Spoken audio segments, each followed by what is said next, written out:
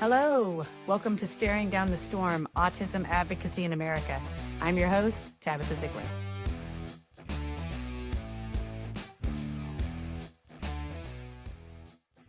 Welcome to the podcast. Hi, Tabitha. Hi. I'm thrilled to be here. Well, I'm thrilled to have you. It's nice to meet you finally in person after lots of discussions and things that we've had.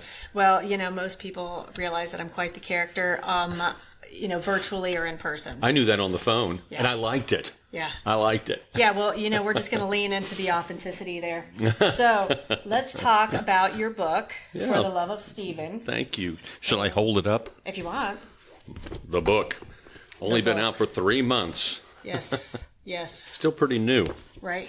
So I have had the opportunity to read the two forewords. Mm-hmm. So let's talk about that a little bit. We'll just go right from the beginning. Okay. So you had a foreword by... Temple Grandin, Dr. Temple Grandin. For those that don't know who Temple Grandin is. She is a huge, well-renowned author, speaker on autism. Mm-hmm. Autism advocacy in many respects. Right. But yeah, she's just a powerful advocate. Travels all over the country. Mm-hmm. That woman's, what is she, 70 some years old? She doesn't know how to stop. She's just on the move all the time. She's amazing and inspirational to me. I asked her if she would write a foreword for me. Mm-hmm. She didn't even know who I was. Mm-hmm. But I knew she was big in terms of disability advocacy. Right. And that's what I wanted for this book, since it's about my brother who had intellectual and developmental disabilities, was born with them. Mm-hmm, mm-hmm. So I reached out, Tabitha, to a few people. Mm-hmm. I won't name the other names who never responded to me, which is okay. But other big nationally known advocates. Mm-hmm. She surprised me by responding back and saying, send me the 20 pages, since there's 340 some, send me the 20 pages you like the best. Right. Mm-hmm. That was tough to pick. So I sent them to her. A couple weeks later, I got an email back saying, I'll be happy to write what she called a blurb for your foreword. Mm-hmm. I felt like I'd hit the lottery because to have her endorsement is a big deal. Well, and you guys are kind of friends now, aren't you? Well, yeah, we are. Isn't that kind of interesting? She surprised me then after I thanked her and blah, blah, blah. Then she sent me another email. She's not real big into emailing, but she will and she's very brief when she says anything, except when she publicly speaks, then she has a lot to say, which is great. Right. But she sent me an email and said, call me sometime. I thought, that can't be right. Right. And she sent me her phone number. So the true story of that is... What a chicken I am. It took me about 2 weeks to get up the nerve to say, you know what, I think I'm just going to call her and say hi and thank her again for writing a foreword. So I did. She picked up the phone. I don't even think she knew it was me, of course. She didn't know my phone number. But then I introduced myself. She said, yes, I really liked your book. She only read, about 20 pages of it. Yeah. I said, well, thank you. And she said, your book is going to be a wonderful resource for parents who need not only inspiration, but the hope and the heart of how to raise a disabled child. I said, well, thank you. I really appreciate that. So, we've talked a couple times. We're trying to figure out how to get together one of these days as she's touring literally all over the country. Do you follow Temple Grandin at all? Well, I'll tell you a funny story with Temple Grandin. Please. She's not aware, obviously, because, she runs into so many people. But... whenever my kids got diagnosed with autism, one of their therapists had suggested that I read some of Temple Grandin's books. So I was like, okay. There's a bunch of them. Right. And so I figured I may not have an opportunity to actually see her speak. Okay. And then I decided whenever I saw that she was going to be, let me just adjust this real fast. Sure. Nearby, that's kind of what I'm waiting for. When is she going to be close enough that I'll make the drive? Exactly. There we go. Yeah, so she was speaking in Ohio. Okay. And so this is typical Tabitha fashion for anybody that knows me. And I'm very certain probably part of the autism stuff for me personally. Like whenever I really want to do something, I make it happen. Good for you. So I asked my parents, I was like, hey, I want to go see this speaker. She's speaking for free. I don't know when I'm ever going to be able to see her, and she's close. So will you guys watch the kids for me? And they're like, well, where is it? I'm like, Ohio. And they're like, that's kind of far. Well, what are you going to do? I said, I'm just going to drive there and drive back. And they said, Tabitha, you realize that's like a 5-hour drive, right? A round trip 5-hour drive? No, like 5 hours. Oh, 5 hours there. Okay. Yeah. Okay, down in Cincinnati or something? No, up top. I want to say it was. I want to say Toledo. Okay, that is up there. So anyway, I can't remember what I had going on in the day, but I had like a full day. And my dad was like, "Are you sure about this?" And I'm thinking, "Yeah, I'm sure because I don't know when I'm going to be able to go. Yeah. And this is free. Yeah. So why wouldn't you go?" So yeah, I had them watch the kids. Yeah. I put all my stuff in the car. I drove like 5 hours, sat there with a bunch of other people. Yeah. Luckily for me, got there early enough to get a seat. Yeah. And they had so many people there that they were offloading people into these side rooms with televisions. Yeah. But I was lucky enough to be in like the stadium portion of it. And yeah, I was like, interesting. And just listening to her speak and how direct she was, I was like, okay. She tells it like it is. Yeah. Yeah, and I appreciate that. And I'm finding I also am a bit that way. Good. And so, so the more and more people that I meet that have autism, especially that are adults, obviously we're all different. But I'm seeing those type of things in people. I'm like, oh, right, like you have a special interest. You're very direct. You have this thing with either social injustice or telling the truth or whatever. Right, exactly. And I find all of these things to be very, very much closely related to the autism spectrum. Right, yeah. I always say people in the autism spectrum are like canaries in the coal mine. Oh. So everybody should be listening to us. Yeah. When our senses are heightened, we're like part of the X-Men, it's like, you should pay attention. Yeah. We're trying to tell you something. Yeah. But anyway. Yeah. So I waited afterwards to get a few books because Good. I wanted to also get books for some friends of mine that I thought would appreciate it. So I got 3 books, waited in the line for her to sign it. Obviously, she stayed after and she was signing thousands of people's books. Yeah, absolutely. So I got a quick photo with her real fast. Good for you. That's more than I've gotten so far. She signed the book. But in the little bit that I saw, I was like, this woman is a machine. She is. And I'm finding I'm also sort of that way. Like, you have no off button, do you? I don't. Yeah, even when you're trying to rest, you're thinking. Yeah, but I think it's important to talk about these type of things because it's important for young kids to have role models. I'm not shocked that she's plugging away the way that she is, even at her age, because I can't speak for her. I'm just guessing. I would imagine there's this pull for all of us to do better, to leave behind something better, like Absolutely. To truly advocate for the ones coming behind us. That's her whole philosophy. There's a documentary out now called An Open Door, and this is the philosophy she's adopted. She said that to me. She said, Stuart, I believe in opening doors, and I feel like I'm just trying to open a door for your book because I think it's worth reading. And I said, oh my gosh, thank you. So I sent her a book after it finally was published. She read the rough manuscript, right, which scared me to death because the manuscript's not polished and finished. I had not had a professional editor look at it yet. So I thought, oh my God, she's going to hate my writing. She's going to hate what I said. But she didn't. So I was very fortunate. Well, you told the truth, didn't you? Yeah. Oh yeah. There's no embellishment in the book. There didn't need to be because the era that Steve lived in was the era that Steve lived in with hardly any resources, services. Special education was just talked about. There wasn't many colleges even offering a degree for teachers to specialize in special education. So it just tells the truth. Let's just talk about, since we're diving into that already, let's talk about what they did with children back then. Yeah. The advice my parents were given, right, in 1954, Stephen was born. They suspected, Stephen was born premature, put in an old school incubator in that day, which had its side effects, right? Like an iron lung? Yeah. Well, Steve was 9 weeks in an incubator. But even then, they knew incubators could be life-saving, but also create damage. He had retinal damage from the incubator. They're oxygen-rich, right? So it damaged his eyes to the point where he wasn't quite legally blind, but he was as close as you could get. Okay. But he was in an incubator, and as he started to grow in the first several months, they just realized he wasn't what my mom and dad at age 18 thought was a typical, whatever that means, child. And so as they began to have him examined by their pediatrician, Dr. Miller, he eventually said, you know what, I think your child, this is the terms that they used then, sorry, let's just your be child's honest going to be slow. And my mom and dad were like, slow. Well, many call it mentally retarded.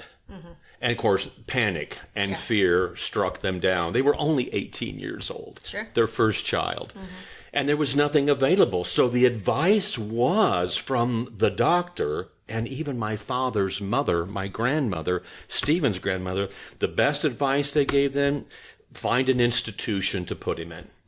You put him in state hospitals or institutions because they didn't know how to deal with children who had intellectual disabilities. My parents, this is where I admire my parents in so many ways. My parents said, not for a moment did we consider that the right thing to do. So they said immediately to everybody who thought, yeah, put him away somewhere and you can visit him every now and then. They said, no, we're not doing that. But for a while, they kind of lived without some hope, because when you're young, and maybe you experienced this, maybe you didn't as a mother, you tend to hear a lot of prognoses and diagnoses that are doom and gloom, basically stemming from the concept of, here's what they'll never be able to do. This is what they can't do. They can't do that. They won't be able to do that. So you kind of take on this doom and gloom like, oh my God.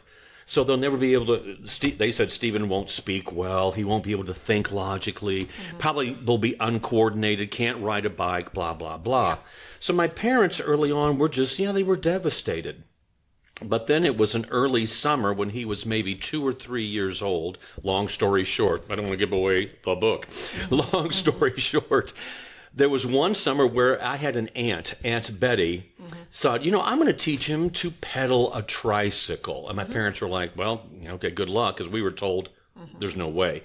But she worked with him, my dad and mom said, every day she worked with him. And eventually Betty said, Keith, Phyllis, my parents' names, come out here. Steve was pedaling a tricycle. Now that's a pivotal moment. Because at that moment, my parents adopted a new philosophy. Let's stop talking about what he can't do. What can he do? And there's a chapter in there called that. What if he can? What if he can read? What if he can speak? What if he can think? What if he can? And so that changed their whole outlook on how they wanted to raise Stephen. Long story short. I think that's great.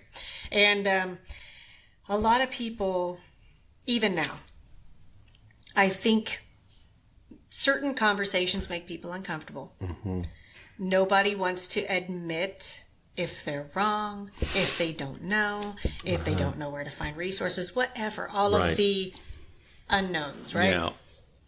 And then there's just this shame still, I think, for parents. Because still, to this day, I mean, this happened with my children.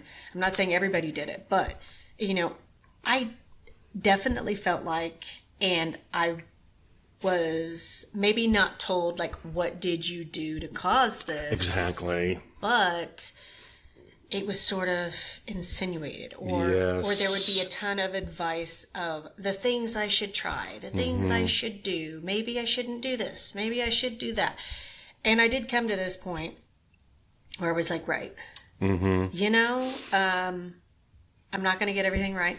I'm going to try and find people that are like-minded. If this is going to be my life, once you settle into that life, and let's just be honest about what that is. It's isolation, it's loneliness, it's lack of resources. Basically, the old life that you had dies. Right. Instantaneously. It's not your fault. It's not your children's fault. Exactly. But everybody else around you, they don't know how to deal with that. And so if your child has, like I have a child that he has certain behaviors that are hard to deal with sometimes. Sure. And so, we went through this whole period where, he was banging his head on the floor. He had a language regression. Right. Now, that same kid, I mean, I'll tell you a story that happened with my mom. Because my mom is very much that grandmother. She's just like, what can I do? How can I help? Here's some candy. Whoa. And so I think it was Kai's second birthday whenever I was really like, oh, there's something going on here. Because he slapped my mom. Okay. There was a cake. All of us were there. We were just doing the family birthday thing, like people were just going to do cake and ice cream and that sort of thing. Very Midwestern. And it was too much for Kai, I think. Yeah. And he wasn't speaking then. And come to find out, what I think he really wanted is the big cake. He wanted to either stick his face in it or stick his finger in it, whatever it was that he wanted that he couldn't communicate, and he was frustrated, and I think he was overwhelmed. Maybe there was too much noise. Maybe it was as simple as, I just want to communicate this thing that I want, and anyway, he hauled off and smacked my mother. Oh dear. Yeah. And, the air got sucked out of the room because all of us were like, ugh. And then that's my child, right? Yeah. And I don't think anybody's ever smacked my mom. I mean, especially the kids. Yeah. And then you go through this whole grief thing where you're like, oh my God, what just happened? Yeah. But neurotypical children can act out that way. I've seen my granddaughters do it, right? Not just neurodivergent children, but neurotypical. Sometimes they don't know what to do with all those big feelings, and they just kind of act out physically. But there is a difference, and it's hard to explain for people that aren't living that life. Right. But everybody's seen some kid spiral. Everybody's seen some kid have a fit in, Walmart, the grocery store, whatever, because they want candy or whatever. Right. I think the difference is with these type of kids is the lack of the ability to verbalize. Okay. So when their frustration hits and then they can't verbalize it. That's right. Then you start to see a difference. Yeah. Yeah. And good point. So something in there for me, I was like, Yeah. Once you get over that, oh my God, my kid just smacked my mother. Yeah. Then you're like, right, there's something here. Yeah. Something's going on. Yeah. And up to that point, I had been trying to teach him 2 languages, so I thought, okay, because he's bilingual, it's taking him a little bit more time. Okay. Come to find out, that was not what was going on. Okay. So we went through the process of finding a doctor, someone that finally said, okay, he's got a language regression. He's got a global developmental delay, which then led to, how do you feel about testing him for autism? And I'm like, well, you're the doctor. Yeah, exactly. At this point, I'm exhausted and I just want my kid to be okay. So, help me out here. Exactly. And luckily for us, we ended up having to change doctors, and we ended up with the same doctor that was assigned to him when he was born. Oh, okay. And luckily, full circle, as fate would have it, this doctor was certified to do autism testing. Oh, excellent. Isn't that interesting how the universe works? Absolutely. So, I can't thank this person enough, because her and her staff, if it weren't for them, I know for a fact I would be years behind where I am now. Yeah. And therefore, now that I had that experience, no matter how hard it was up to that point, I see the need for people like me to tell other people, hey, early intervention is best. Right. Here are some resources. Right. You're never going to get it right. Find some like-minded people. Right. Yeah. And that's, kind of part of what we're doing. And my parents just didn't have any of that available to them in 1954. No, because if all the doctors, because even back then, right? Yeah, they felt like they were absolutely isolated and alone. There wasn't a group of parents anywhere, right? There were no specialized doctors anywhere. Now, one thing that I appreciated that my mother said that I captured somewhere in the book, I know I did, was my mother said, her advice to parents was, listen to the experts, but follow your heart and what you know to be best for your child. So my parents at age 18, then 19, then 20, they learned quickly how to discern between advice that seemed like it would be helpful to Steve, even from Purdue University and the Center for Children's Achievement at Purdue University. They listened to the experts, but as the book spells out, there were times when Purdue experts said things that my parents said, no. That's not right. I can't, we're not going to do that. It doesn't seem intuitive. It doesn't seem like it would fit Stephen. So I spell that out clearly in the book. And you talked, Tabitha, about shaming. There's a chapter in here specifically for parents where I tell them flat out, stop the shaming. Yeah. That takes you nowhere. Yeah. It's not your fault. Stop trying to figure out, why is my child neurodivergent, or why do they have IDD or ID or autism or Asperger's? Stop trying to figure it out, because that's a path that will drive you insane emotionally and mentally. Yeah. Just know what you... It's a waste of time. It is a waste of time, and I tell that to parents. Mm-hmm. I tell them, now you have to choose a different path, which is, my child is different. And as Temple Grandin says, different is not less. Right. Let's find out how they do operate. That's going to take some experimentation on my part. How do they think? How do they behave? What do they respond to? What do they don't? It sounds easy, but it takes a lot of work, a lot of patience, a lot of love, and a lot of time. Mm-hmm. And parents that are willing to invest that, most I have found are, the journey is tough and exhausting, but highly rewarding. I mean, I'm in a lot of advocacy groups in social media right now. I've gotten carried away, and I must be in about 50 different groups. Oh, it's insane. I have to stop. But I'm reading posts and I'm listening, and so like when a mother and father hear their child at age 2, I don't know what age it would be, say mama or dada for the first time. I read this beautiful story about a mother with an autistic child who at age 17, there's a video of it. At age 17, he finally says, Mom, and she loses it. Yeah. It took 17 years for that word to come out, and he's nonverbal, but he somehow, and then he said it again because she thought maybe it was a mistake. Yeah. And then she said, who am I? Mom. And oh my God. See, it's those little miracles that we take for granted with neurotypical children, that parents with those who are disabled, those are nonverbal one. Big. Yeah, you said that. You have a nonverbal. And that's, that made me tear up there. Because my son Koa, I was really worried about him. I mean, all of them, right? Like, as a mother, you're worried. Every mother's worried. But having that element of autism too, like the longevity of, we all know we're not going to be here forever. Right. So, right. I think that's when I really hit the advocacy, then activism path really hard, because I'm like racing time here. And I'm it feels that way, doesn't it? I need to do as much as I possibly can to make sure that things are okay for these kids, because one day I won't be here. And not just my kids, all these kids. Exactly. Right? And so now part of this training, I don't know, I never considered it training, but I guess that's what it is. Yeah. I'm trying to use whatever little bit of expertise that I have to encourage people and be like, hey, the world is for all of us. There's enough that can be shared. We need to create spaces for these people. Absolutely. And there need to be more people like me that we leave behind. So if I can mentor someone, encourage them, whatever. Absolutely. To have them see value in these people. Anyway, going back to Koa. He said Mom one day. And I was like... I know, it's a milestone moment. Up because... Yeah. And then, same. Yeah. I was like, did I hear him right? And then he's just like, I don't know. Yeah. Maybe it's nothing.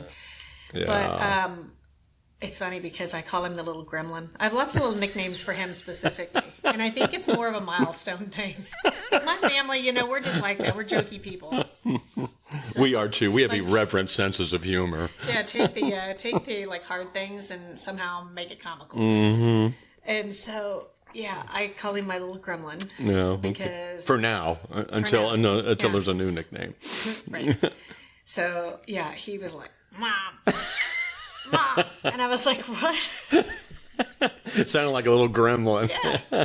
And so, but I was proud of him, obviously. And sometimes I think these nicknames they come from a sense of pride and joy, right? Yeah. Because. Yeah.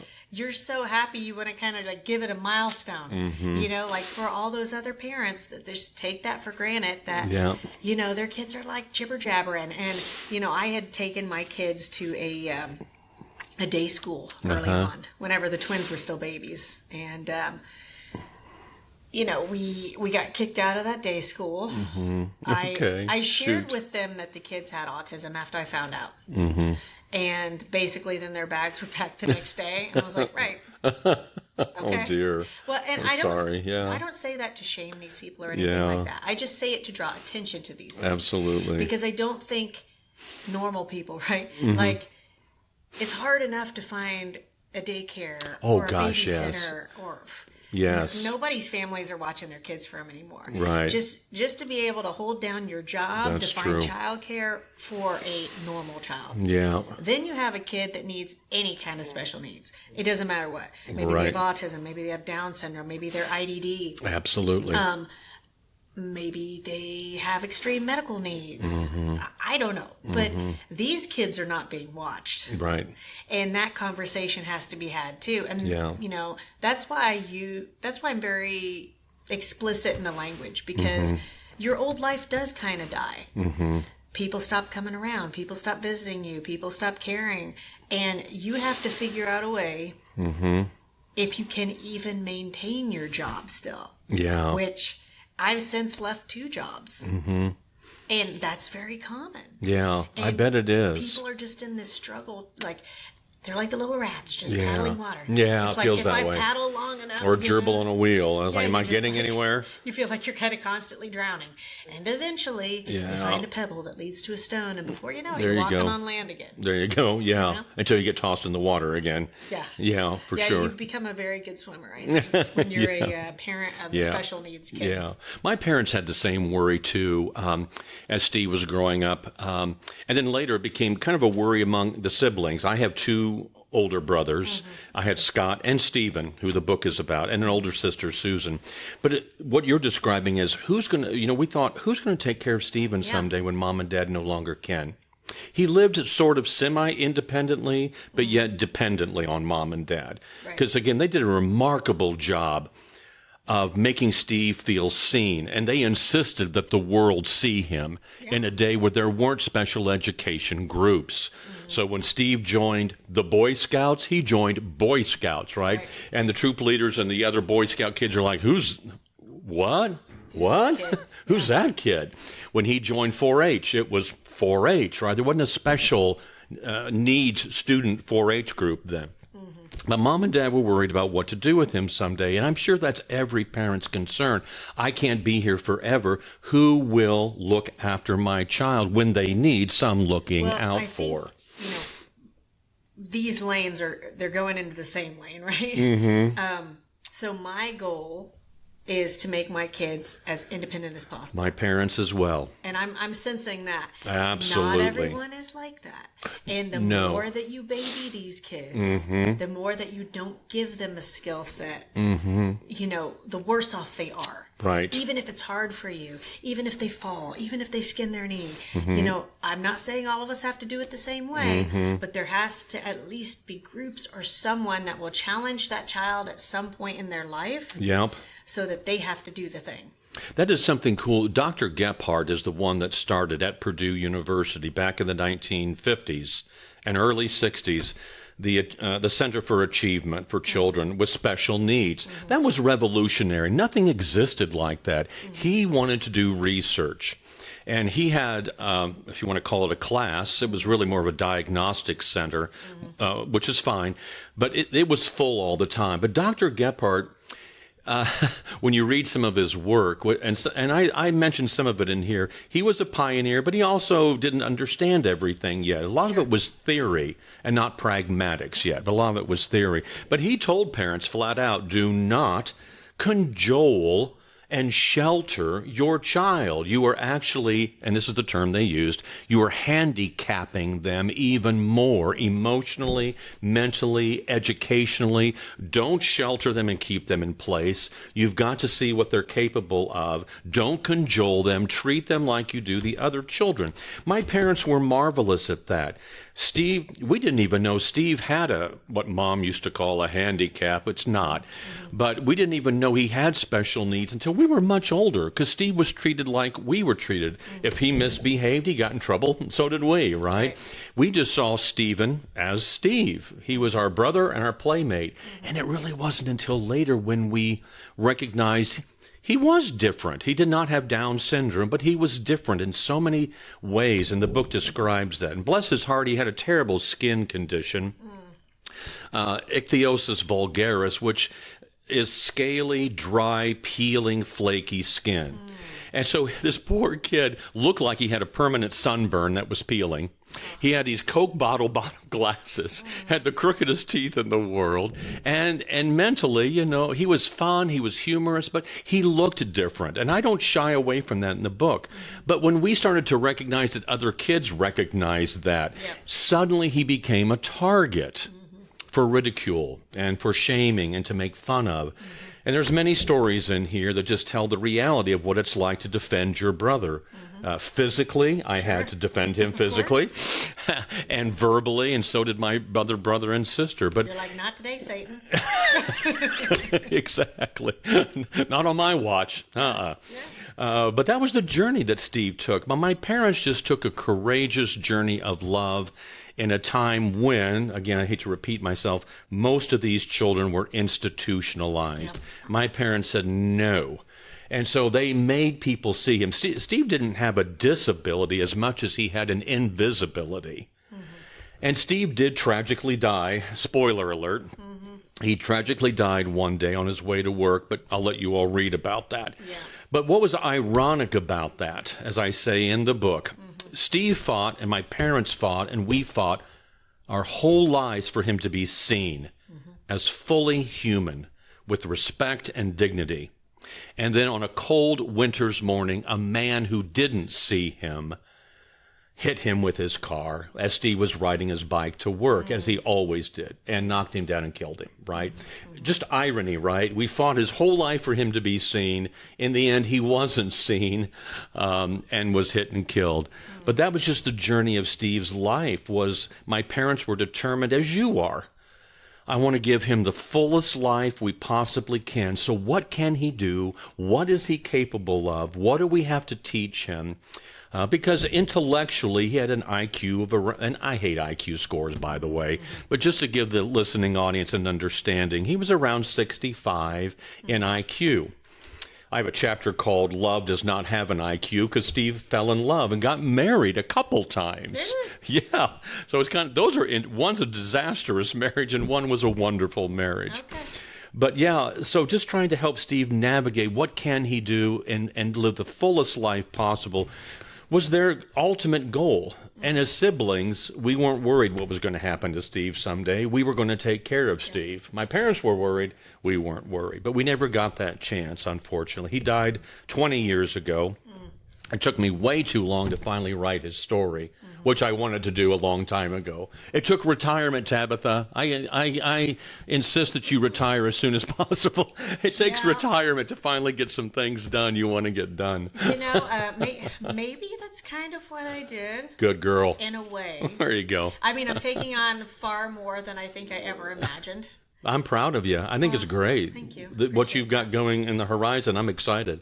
Well, we'll see. Yeah. But I'll tell you what, I've got a backbone of fire, and I'm not having it. Yeah. And I think we need more people like that. And, what my children have shown me is, I think, always expect the unexpected. Oh, this is true.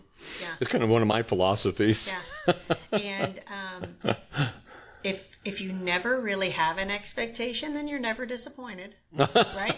True. Yeah. True.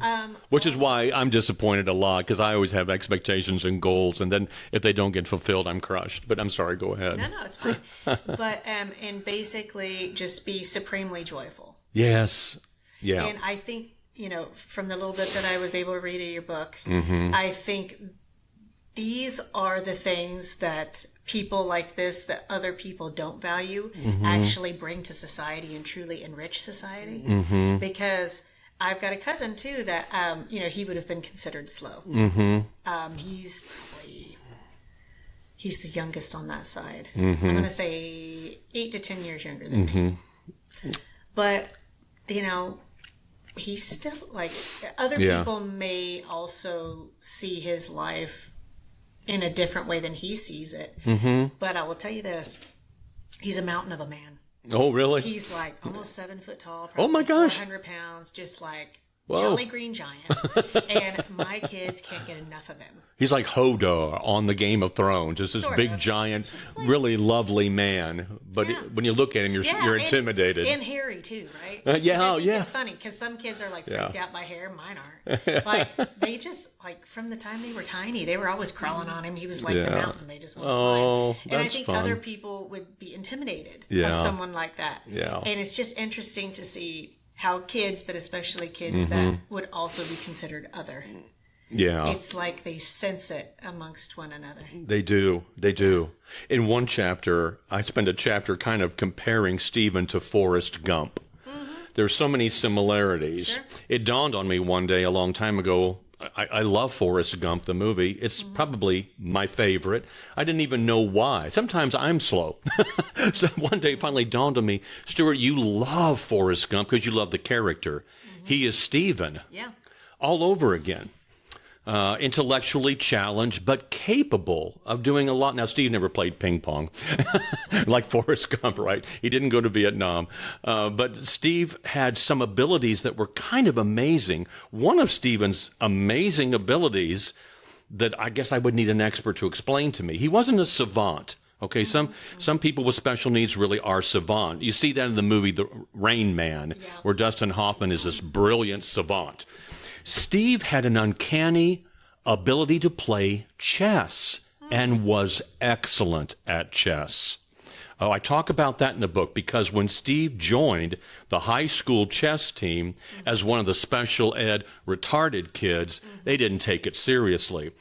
But when they sat down and played Steve and they kept losing to Steve game after game, they're like, holy cow. He's wiping the floor with him. He did. He him. studied chess. He watched chess matches. Back in that day, they would televise chess matches.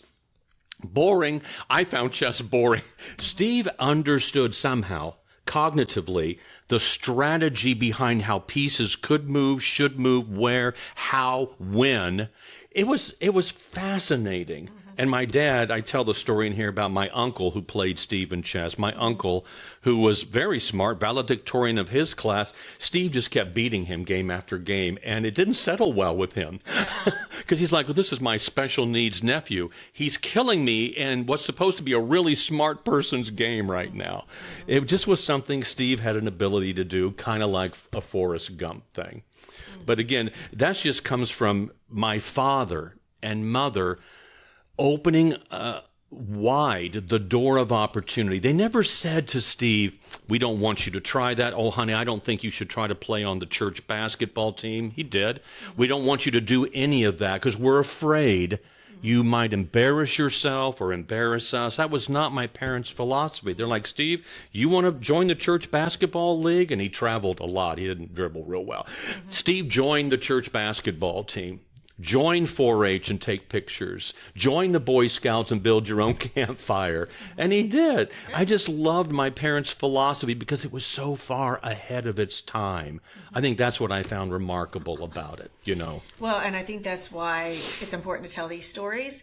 So, maybe it took you to retire, to have the time to do this. It did. Right? So, it's not important when you do it, and you shouldn't beat yourself up about the fact Thank that you. you could have done it 20 years ago. I still beat myself up about that. Because I also could have done things probably, I don't know, like... Yeah.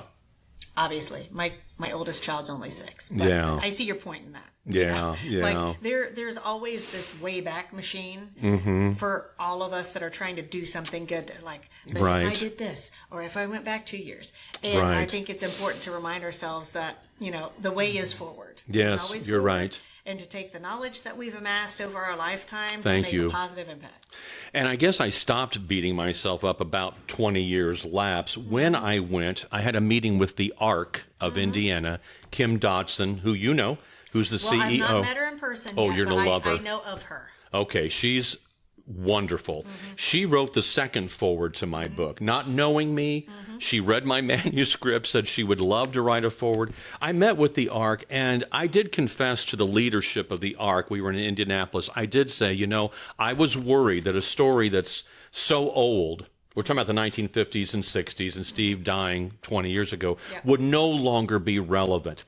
Kim interrupted me just right after I finished that sentence, and she said, oh, no, Stuart. And she said to her staff, this book will show you where we once were where we are and where we still need to go. Yeah.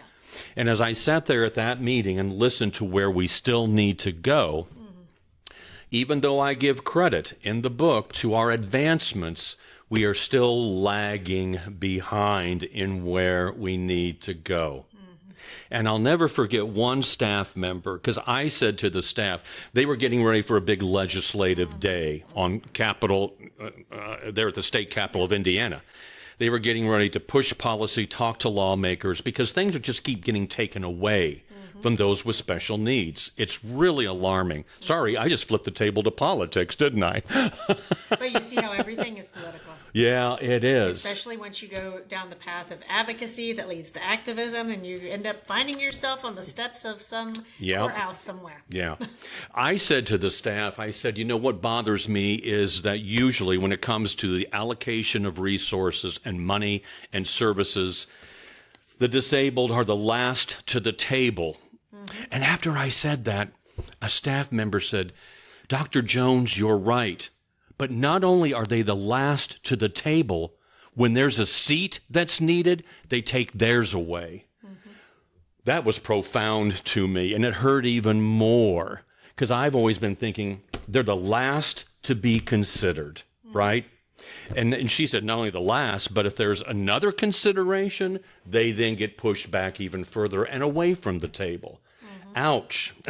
So even though we have come some distance, we still have so much more to do, because right now in this political climate, I'm not going to blame people at administrations, but what really scares the ARC and the ARC of the United States in Washington, D.C., and the hundreds of chapters is they are seeing things being taken away that were once given.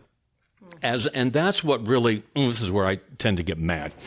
That's what, how we affect change. God, it makes me mad that they are just, people with special needs are always seen as less than or not even human.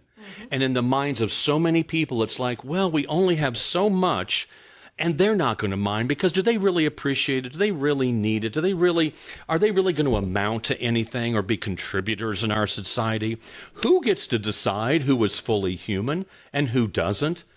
Who the heck ever gave legislators or anybody the power to say these special people can be last in line? And if we need a place in line, they can go back to the back of the line again and wait their turn. That's what I think so infuriating to so many of us is, yes, there's resources, there's some services, sometimes not enough, but still things are now, Medicaid and other things that they need, inclusivity, the chance to be employed, are just kind of being pulled away little by little. And I agree with the ARC. It feels like we came to this point and now we're going backwards. And I pray to God we're not going back to the 1960s and 70s and 80s, but in some states that I'll try not to mention, it feels like we're going back to the dark ages when they wanted to institutionalize special children like Stephen and others. Go ahead, girl. I feel you gearing up.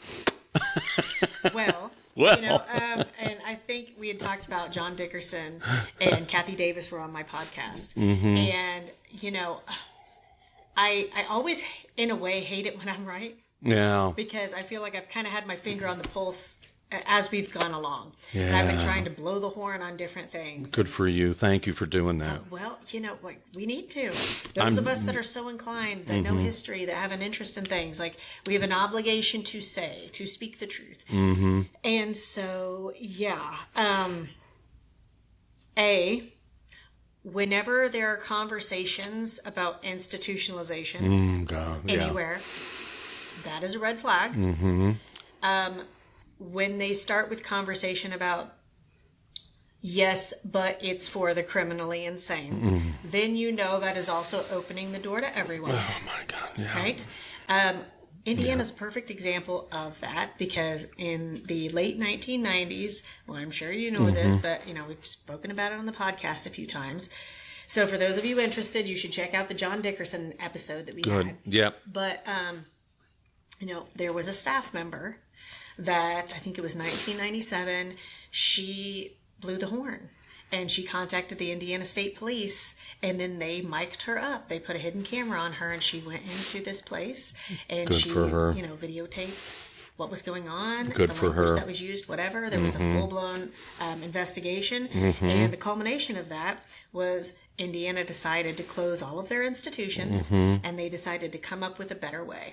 We're not saying perfect. We're just saying... But it was forced, right? You had to force it. Try to do better. Yeah. Well, the only reason it was forced is because it became a national story. Yeah. I think it was... Geraldo Rivero busted the seal on the Willowbrook Institution. I've got that in the book. Yeah, where it brought to light how abused special needs children and teens are in these institutions. So since now apparently we need to go back and have this conversation. I know. Why do we have to revisit this conversation again when we've come so far? Agreed. It's Why? always agreed. It feels like it just feels futile and insane to have to remind people of what human beings are. Nobody has the right to say a special needs child is not fully human and therefore doesn't deserve the services of a neurotypical person would deserve. Who gets the right to say that? That's insanity, right? Well, I think there's a bigger conversation here that, like, some people are having, other people are still uncomfortable to connect those dots. Yeah. And all roads lead to the extreme wealthy wanting more of the pie. Yeah. They would take the entire pie and send us back into the dark ages because Yes, they would. they have been spending millions, billions of dollars trying to convince people that, yes, but what we have is enough for us and we need more and it's fair. But you guys, you all need to, tighten your belt. Right. And so now when we talk about tightening the belt of the disabled community, Yeah. there's no belt left. Right. And then what I find particularly egregious is when you have legislators who have children with disabilities. Yeah. Who then misuse their power. Because now part of the reason that they're there is to represent their constituents. Okay. So one would think that if you have a child with a disability, that you would truly be an advocate, even if it was uncomfortable, right? Right. Because we're not putting you there to be comfortable. Actually, your position is to make other people uncomfortable because you're supposed to represent us and you're supposed to speak the truth. Yeah. So those people I find particularly egregious to the system. That's an excellent point. You have to ask yourself why, right? So anyway. No, that's an excellent point. You know this, but that's why I decided to run for a U.S. rep of the 8th District, because I was like, Yeah. right, I want a sign to put in my yard. I know, right? I'm like, I have had enough. And I'm that type of person that when I start to beat my drum, and I've already emailed and called and showed up and protested and, tried to organize with as many people as I possibly could have, I have come to this conclusion that all roads to advocacy lead to legislation. Oh, it just does, sadly but true. At the end of the day, they have the power. These are the people that have the power. They're the power that brokers. are making the decisions. Yep. And we cannot. How should I say this? We should not put our trust in people that are not trustworthy. Yeah. So we need to find people in our communities. That's right. That will hold their feet to the fire. That's right. And say, not today, Satan. Yeah. Constantly. And that's why and I don't want to just keep lifting up the Arc of Indiana, but I admire them so much. But that's why people like you and they are constantly in these lobbying sessions and on the Hill or in the State House trying to remind people of marginalized populations. Historically neglected populations, reminding them, look how far we've come. Are we really going to go back to the dark ages of institutionalization, sterilization? Sometimes that's still discussed. It was discussed with my brother Stephen. He should be sterilized. Right. No. Against his will? I don't think so. Yeah, not under my watch, my parents said. Yeah. Well, and a lot of people don't know this. I've mentioned this before in the podcast, but it's either the Capitol steps, somewhere on the Capitol grounds, or the state library. But we have a plaque that explains the eugenics law of 1907. For people that are interested, right? I got it in the book even. You can walk around. And if you care to do this sort of thing, it's important to know your history. Yeah. These reminders are very important. Yeah. Even though 1907 seems like a long time ago, it really wasn't in the scheme of things. Like, we're a fairly young country. I agree. I think part of this awakening that we're having, we know we have to tell the truth. We know we have to do the hard work, right?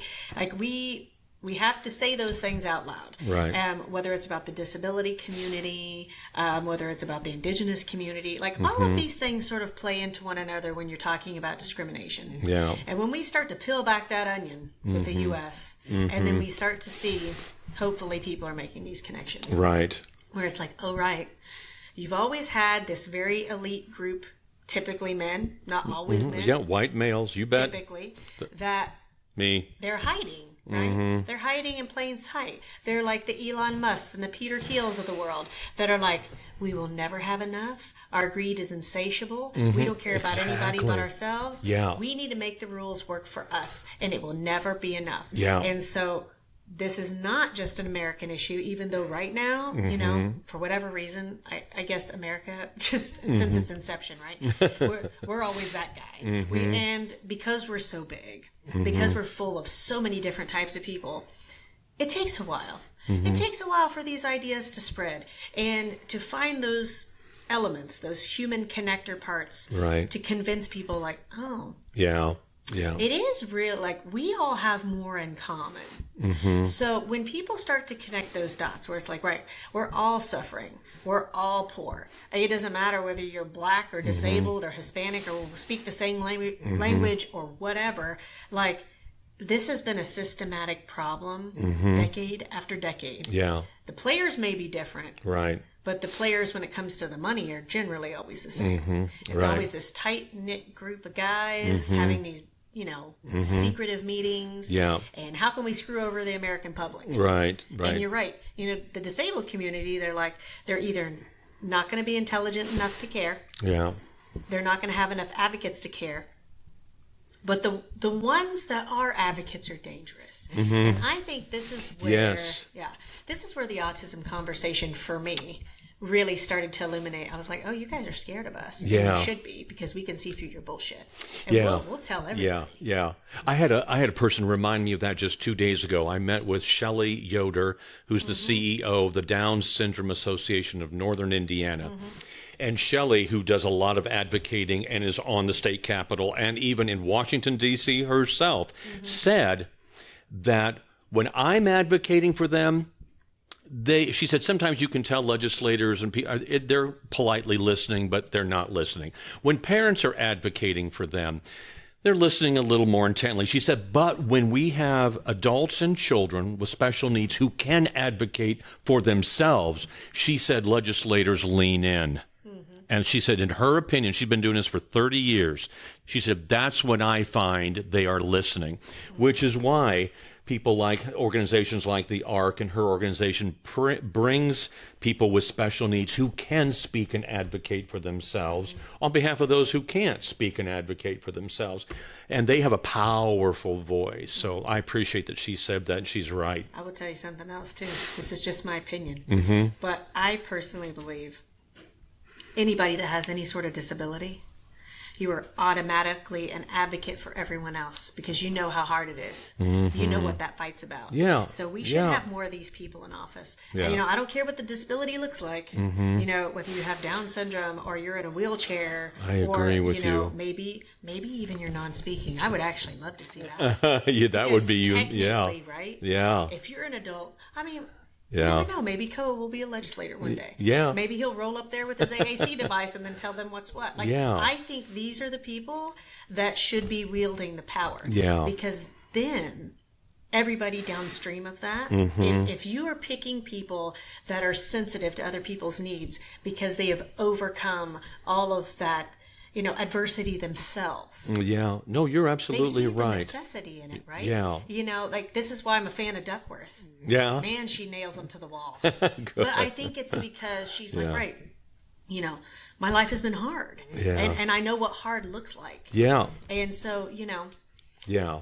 I can only speak as a sibling observer, right? But I mean, that's still something. And I think that it appeals to people, right? Like, we need to tap into that humanism within ourselves. Yeah. That's like, oh, hey, remember you had like that second cousin that had autism, or maybe had autism. Maybe you didn't know what that was back then. Yeah, yeah. Or, you know, there are some of the disabilities, right, that are very visible. Yeah. And this is where, you know, if you say have Down syndrome, for example, generally that's a visible thing. Yes, right. And I just found a content creator the other day. One of my other friends shared her stuff. But every opportunity that I have to find a content creator that has some sort of disability, Good. I always share Good their for you. stuff. Yeah. Because Good. I'm like, these are the people that are struggling that are truly the bedrock of our society. Like, this is our human connection. Yeah, absolutely. This is what we should be listening to, not the wealth. I should have had you do some writing for my book. Oh, yeah? If I had known you then, I'd had you write a write chapter another or two. You write another one. Yeah, that's what people keep asking me, probably, maybe. But yeah, it takes a lot of work. But, you know, the more I wrote the book, I started out with just wanting to tell Stephen's story. But I am a history nerd. I am an academic nerd. I've spent 30 years as a vice president in higher education at universities. I cannot help myself. I thought, you know, yeah, I can tell Stephen's story in the most basic, elementary way. But it's not going to do the reader a whole lot of good if I don't take some opportunity to educate about the medical science behind it, the laws, the legislation, everything, the history of special education. I had to do a lot of that. And I intentionally tried really hard not to make it boring, because not everybody loves history like you and I. They didn't want to read 6 pages of how this law came to be. No, I put it in 1 paragraph. So I would touch on these so that people understood not only who Stephen was, but would appreciate the context of where he was and what he went through, if that makes any sense at all. Absolutely. So, and right now, I'm doing my Daughters of the American Revolution application. Oh, so I am very much, yes, I'm a history nerd for sure. But I think I've been a lifelong history nerd. I should have been a history major, but go ahead. I really regret not being a history major. Also should have been. But I'll tell you this. I think my family did a good job. Not everyone, but there were people in my family that did a good job of telling those type of stories. Of like, oh, your ancestor did X, Y, Z.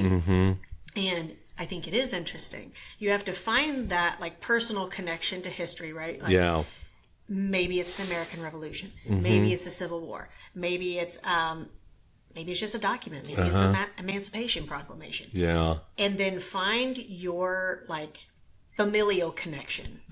Just target it. Maybe it's just one individual, right? So as you're peeling back those layers, because all of us are onions, like Shrek was right about that. Oh, it's actually for sure. I agree. I think like we're all interesting. Yeah. And then whenever we start that path, right, of identifying, like people in my family were interesting. There's someone in my past that did something interesting, maybe contributed to society in some fashion.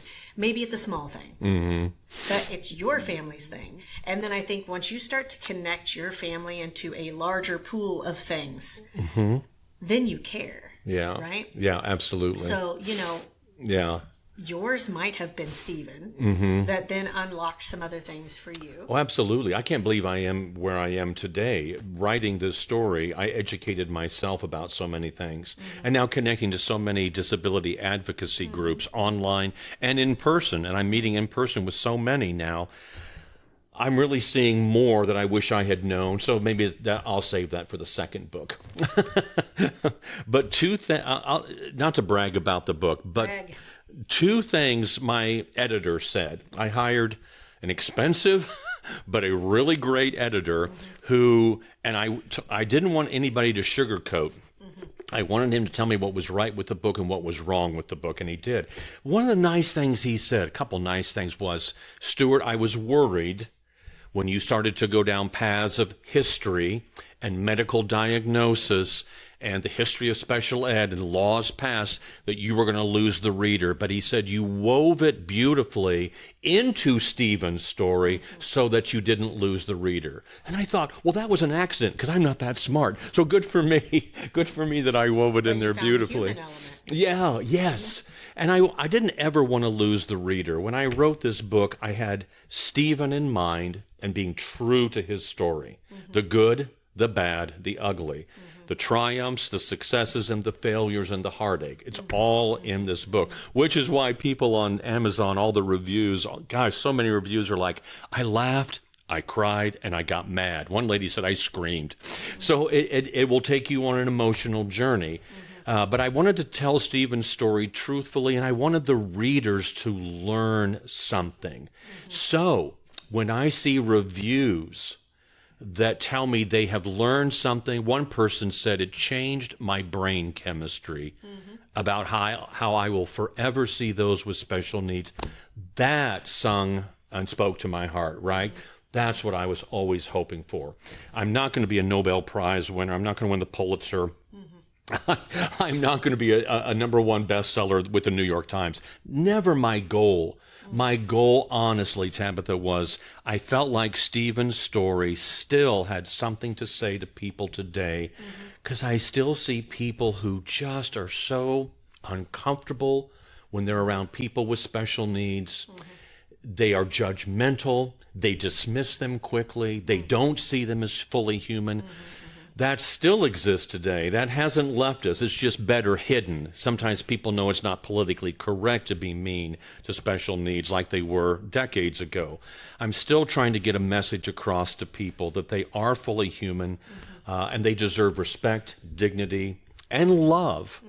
Stephen, all Stephen ever wanted was to be included. He didn't want to be pitied. Not at all. He never complained about his physical limitations. Never. Even when he got beat up at school, he didn't complain about it. He was worried the kids who beat him up would get in trouble. That's the kind of heart that he had. All Stephen ever wanted to do was be included. And in the book, I say that. I said, man, if you ever gave Stephen a hug, he was your friend for life, whether you wanted to be or not. And every time he saw you, he was going to give you a hug. But I think that speaks, tell me if I'm wrong, I mean, every neurodivergent child is different. But I think all they all want is to be loved and included and treated with respect and dignity. You know, whether they know they have a disability or not doesn't matter. They want to be a part.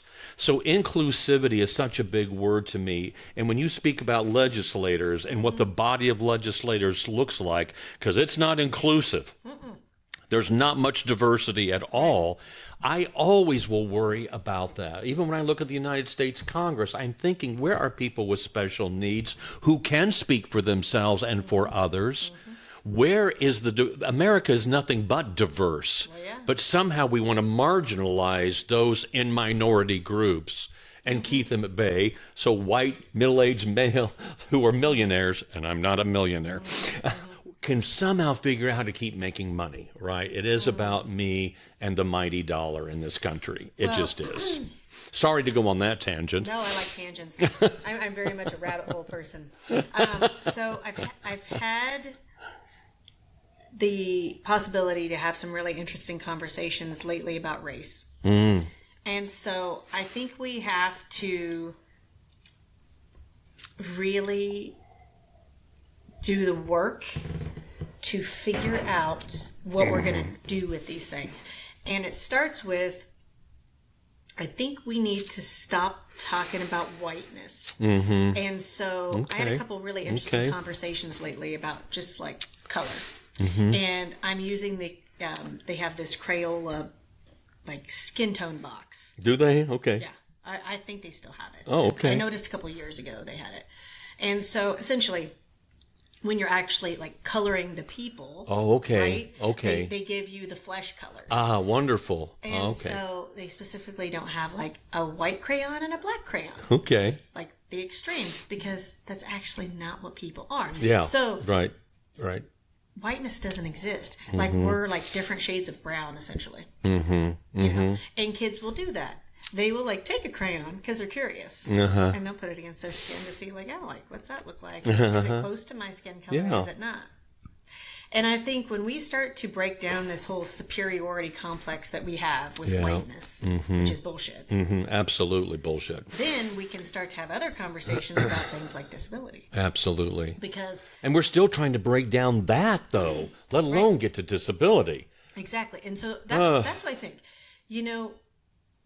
We're never going to get it right. I mean, hopefully one day, right? Like very many years from now, probably. But to at least start to have the conversations of like, what is whiteness? Why do we even say that? What's white culture? It doesn't really exist. It's like a figment of your imagination. Right. And I had a really interesting guest come on. She's indigenous, and she said, we're all indigenous. Like we all come from somewhere. And I was like, I came from Ireland. Yeah. And I was like, light bulb, interesting. Yeah, we all did. But I think if we really try hard to have these conversations and like really break those stigmas of like, okay, like even amongst white people, right? We had several waves just in this country alone of like, where are you from? What language do you speak? How acceptable are you? Like there was a time when like the white people of this country that were English, they didn't like the Irish, for example, right? And then we came to a point where it's like, okay, like there's too many black people, too many brown people, like we need you on our team. So, then the Protestants and the Catholics can get together because like, we're all white and you guys used to be poor and indentured servants or whatever, but we're going to let you come to this side to give you the impression that you're better than these people. And I don't think we're going to get anywhere until we have like those types of conversations. Yeah. And whether it's about the type of heinous stuff like what's going on in like the Epstein files with the Epstein class and seeing how all of the spider web is connected. All roads lead back to this extreme wealth where it's like we have to acknowledge that we can't do that stuff anymore. Yeah. Like we can't have these ultra wealthy people from any place of the globe. It's like that part's not important anymore. Now we see how they're connected. Yeah. And we have to figure out a way that our legislators in different places, the U.S. is a good start because we're here. Right? Yeah. I'm not going to expect us like to make a change anywhere else. Actually, I think that's part of the problem of us going around trying to like influence other countries and just doing all kinds of messed up stuff. Right. But right. That's why it's important for so many normal people to be running right now.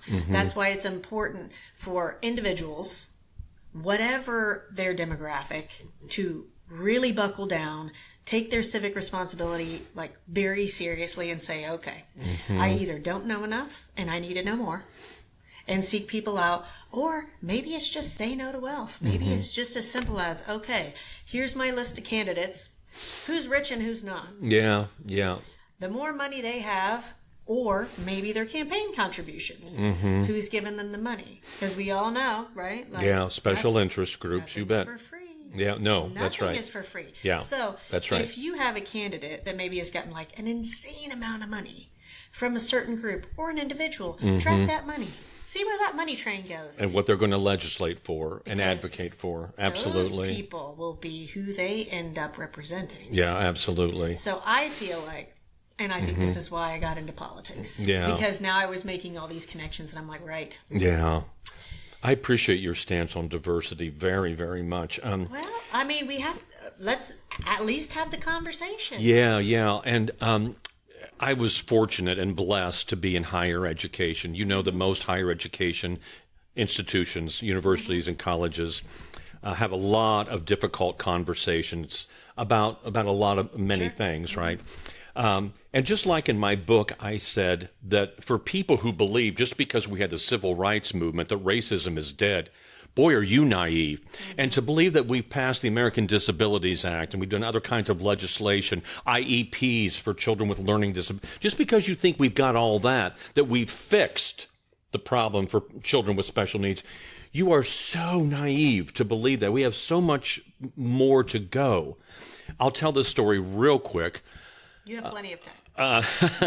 A painful, and my wife, I've talked with her about this at length, a painful moment for me in higher education was being called out onto the carpet by minority groups on our campuses, the Black Student Union, the Latino Student Union, the Hispanic Student Union, the Indigenous Student Union. Mm-hmm.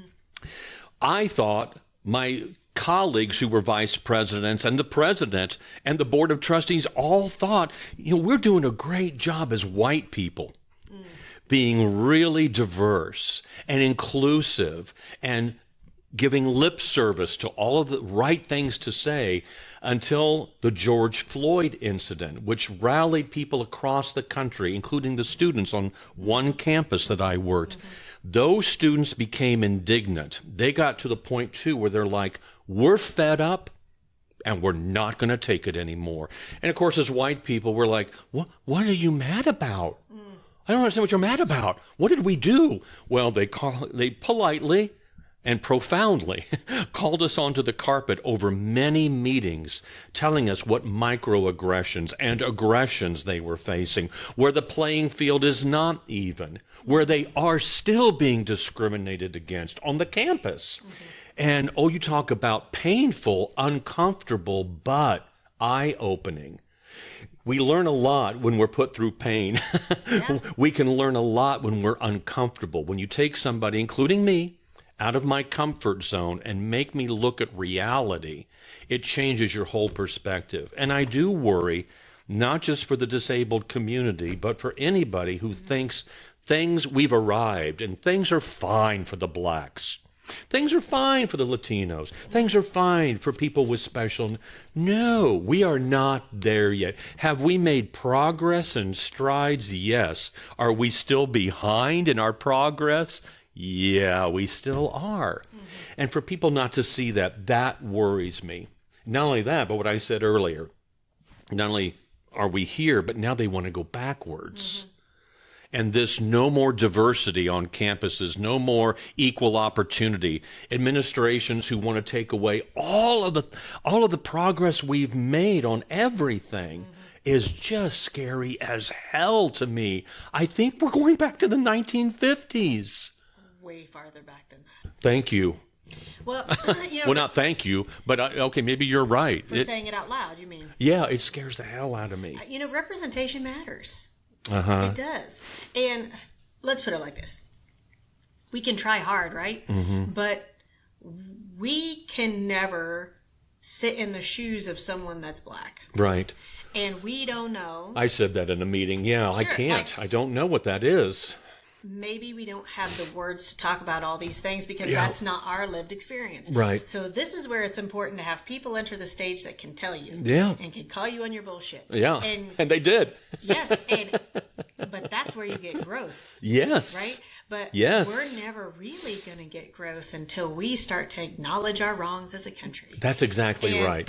These are the dangerous times that we're living in because the people that know better now...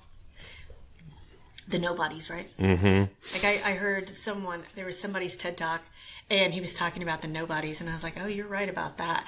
Because I'm kind of a nobody, mm-hmm. right? Me too. I don't come from extreme wealth or anything like Me that. Me either. But I'll tell you what, I got activated. Uh-huh. I got really activated. Yeah, you did. And you did. I have a desire to try to make things better. Good. I have a desire to create space for the generations to come. Because I think part of our struggle right now is like, okay, the other side, the people that are encouraging bad things now, they started 40 or 50 years ago. So that means our journey now will be 40 or 50 years. Mm-hmm. Yeah. At least. And so we need to create a window for these people younger than us to become adults. Mm-hmm. Because they need to have an opportunity to change things. Mm-hmm. They need to have an opportunity to have a life. And so I think we should be picking legislators that are truly selfless, right? Mm-hmm. I mean, nobody's expecting people to be Mother Teresa, right? I'm not saying that far, but I'm saying when you're looking at these people, start to ask yourself these type of questions. Are they going to go to bat for you? Are they going to go to bat for, the LGBTQ plus community, the disabled community, the Black, Hispanic, Indigenous community? Yeah. What is their motivation? Mm-hmm. Are they there for the prestige, the money, the influence? Mm-hmm. Or maybe Maybe they're doing it for their kids. Maybe they're doing it for their grandkids. Yeah. Maybe they're trying to create space for the next generation. Yeah.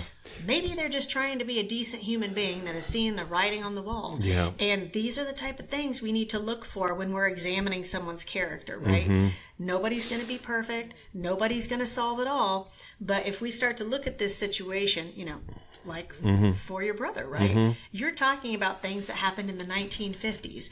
It is 2026. And if you think about 70 that, years later. you know what I mean? If you think about that in the timeline of things, Yeah. how old are you if you don't mind me asking? Yeah, 60, almost 65. Okay, so I'll be 43 soon, right? Happy birthday. Oh, thank Me you. too. April. What is yours? March. Okay, we're close. So you're an Aries then. I am an Aries. We're the best. Whatever that means. I find Aries to be fiery. I'm a Taurus. I am fiery. I'm emotional. Yeah. You're a what? I'm a Taurus. Oh, okay. Apparently, we're supposed to be very grounded, but it's the bull. So you mess with the bull, you get the horns. And I'm very much. I can imagine that about you. Yeah. I can imagine that about you. I really can. I'm like, like I said to you earlier, I'm very much this type. I'm like, I'll sit, I'll listen, I'll have a conversation with anybody. But ultimately, if you want to tango, I will make room for you on my dance card. Yeah, exactly. I love that you said that. We can tango anytime. Yeah, I'll make room for you on my dance card for sure. Yeah. Yeah.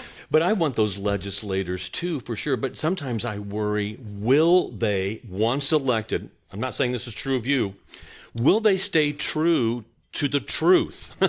Will they eventually adopt and adapt to the status quo? I've seen some fiery people come into the House of Representatives over the years, right? And I'm listening to them scream like John the Baptist in the wilderness, and I'm loving it. But then eventually they kind of go quiet after a while, and you think, oh no, did they buy into the crap and the BS, and they've been told enough times by the senior, lawmakers, calm down, son or ma'am, calm down. I just hope they will continue to speak truth to power, because too many times, in subtle ways or not so subtle ways, they will squelch and put out that fire and squelch that truth. Does that make sense? Yeah. I worry about that too.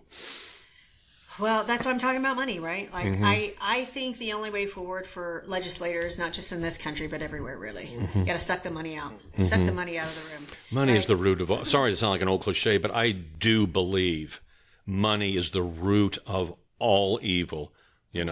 Sorry to keep bringing Jesus into this, but Jesus was right. Oh, Jesus would be flipping tables right now. Oh, man, would he be indignant? I think he is indignant, right? Sure. But I actually think, however your connection is to religion of the earth or whatever. Yeah, I'm a person of faith for sure. Yeah, it's like the earth is angry and you can tell. Yeah. And that's why I think it's activating all these women, because I think these women have had enough. Yeah. And we're like, right, if we don't do something now, this is going to be very, very bad. Yeah. And for those of us that believe, that have made enough connections to the money to say, right, we've seen bad on both sides. And the only way forward is to pick people that will say that and say, hey, we need to get money out of politics. We're not saying... We have to. We're not saying people, have right? to. Like, there are people that have good ideas that end up wealthy. We're not saying, oh, hey, you don't deserve your money or whatever. But we also are saying, hey, once you arrive at a certain level of wealth... You have a social responsibility to pay it forward. Yeah, right? You really do. You can't expect these poor people over here to be paying their taxes and working 2 jobs and all that sort of thing and just barely existing. Yeah. And then here you've got your 5 yachts and your private jets and whatever. Like, let's just be fair. Let's have a conversation about fairness. Yeah. And, some of these people, the amount of wealth is obscene. And some of these people, it is. I mean, unreal. I'm really going to hit it. Like, we should have a conversation about churches and wealth. Yeah. Because, there are some mega churches that...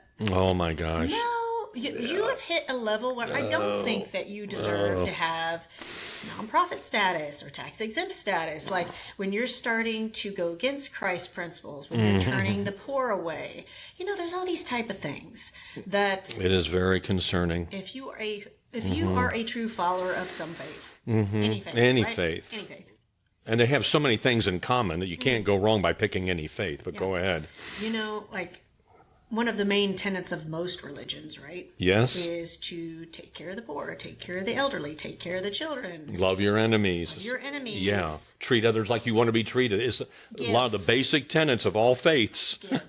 Yeah. I mean, that's why these Buddhists are so popular right now. Yeah. Because they're living their truth. Yeah. They're showing humanity. They're selfless. Yeah. We're not saying we're going to get it all right. We're saying this is an example. This is an example of what love and kindness and humanity looks like. Yeah. Like we need a refresher course as mini societies. Yeah.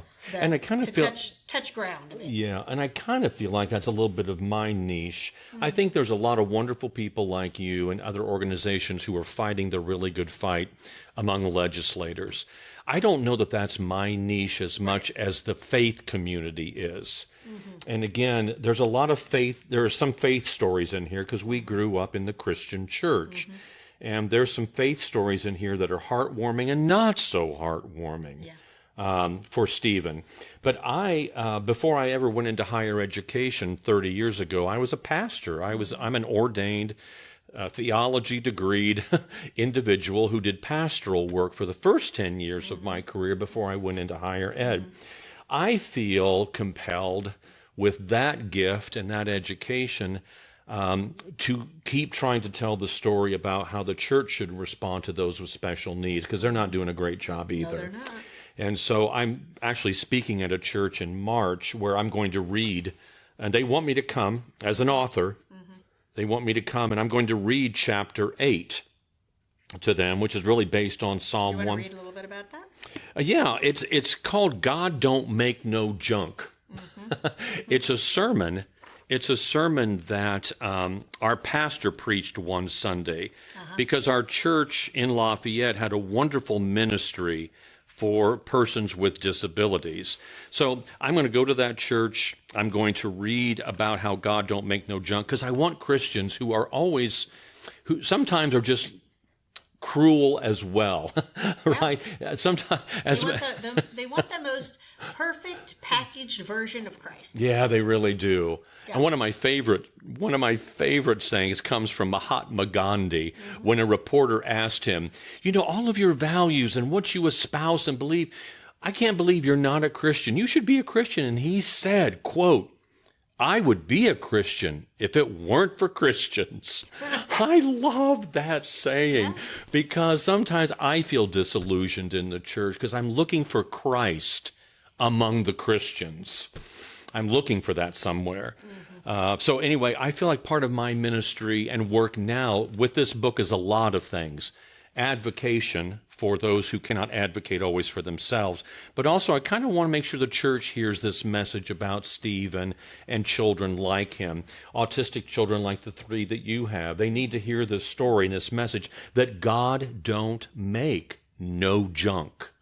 They were created in God's image, as Psalm 139 tells us. If God created them, does God make mistakes? Does God make junk? I don't think so. So what is our ministry to these individuals? So that's what I'm going to do in March. But I'm also I'm filling in the pulpit in different places, and I'm using it carefully to bring messages that the church needs at that moment. But also, whenever I get a chance, I'm going to slip in messages that they need to hear that might make them a little bit uncomfortable, right? Well, for those people listening right now, if you're comfortable, I think it might be helpful to people because I think there are a lot of people right now that are struggling with their religion. Especially whenever it comes to politics, especially there's so many politicians that claim that they're Christians right now. Yeah. So maybe pick... That's true. Pick a little section that you'd like to highlight for people. Okay. That you think would be really helpful. Okay, let me see. Yeah. We are at a pivotal point in American history. We do not have the luxury to remain silent. Programs are disappearing every day. We hope that this podcast raises awareness and sparks a sense of advocacy in you. We all can make a difference. The important thing is to start. See you next time.